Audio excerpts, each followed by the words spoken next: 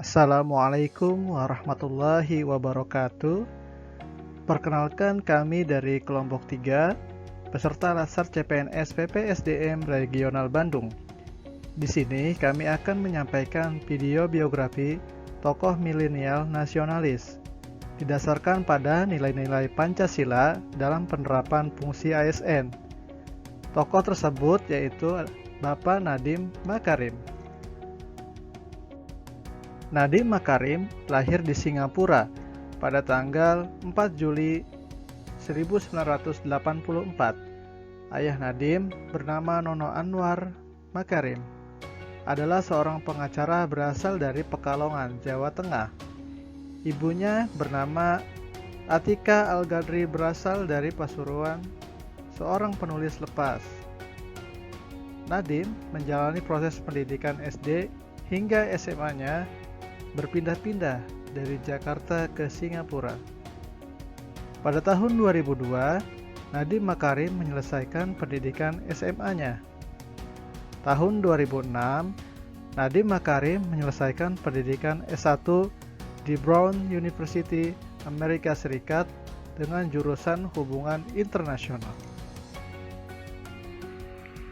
Setelah menyelesaikan sekolahnya di Brown University, Nadiem memutuskan untuk pulang ke tanah air dan bekerja di McKinsey & Co.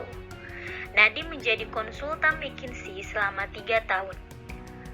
Tahun 2009, Nadiem melanjutkan pendidikan S2 di Harvard Business School dan mendapat gelar Master of Business Administration.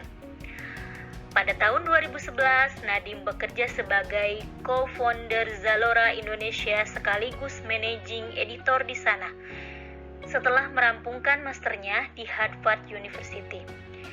Jiwa entrepreneurnya yang kuat membuatnya memutuskan berpindah ke perusahaan lain untuk mendapatkan pengalaman dan tantangan baru. Lalu pada tahun 2012, Nadiem memutuskan keluar dari Zalora untuk membangun perusahaan rintisan sendiri, termasuk Gojek yang pada waktu itu memiliki 15 karyawan dan 450 mitra driver. Ia mengaku telah belajar cukup banyak di Zalora, yang merupakan tujuan utamanya ketika menerima pekerjaan di perusahaan itu. Di Zalora, Nadiem memiliki kesempatan membangun perusahaan rintisan besar dan bekerja dengan sejumlah talenta terbaik di kawasan Asia. Pada tahun 2013, sambil mengembangkan Gojek, Nadiem juga menjadi Chief Innovation Officer Kartuku setelah keluar dari Zalora. Saat awal berdiri, Kartuku tidak ada kompetitor dalam sistem pembayaran non-tunai di Indonesia. Kartuku kemudian diakuisisi Gojek untuk memperkuat GoPay. Tahun 2014, Nadiem Makarim menikah dengan Franka Franklin. Keduanya menikah di Bali pada bulan Juni. Di tahun 2016, Nadiem menerima penghargaan The Straits Times Asian of the Year sebagai salah satu orang yang berkontribusi dalam meningkatkan kesejahteraan masyarakat. Nadiem Makarim termasuk dalam daftar Bloomberg versi 2018, aplikasi yang ia ciptakan dengan cepat mengubah perekonomian suatu negara. Pada bulan Mei 2019, Nadiem menerima penghargaan menjadi tokoh termuda se-Asia yang menerima penghargaan Nikkei Asia Prize ke-24 untuk inovasi ekonomi dan bisnis. Nadiem mengikuti organisasi internasional dan menjabat sebagai salah satu komisaris Pathways for Prosperity for Technology and Inclusive Development. Pada 22 Oktober 2019, Nadiem secara resmi menyatakan bahwa dirinya mengundurkan diri sebagai Direktur Utama Gojek setelah pagi harinya dipanggil oleh Presiden Joko Widodo ke Istana Negara.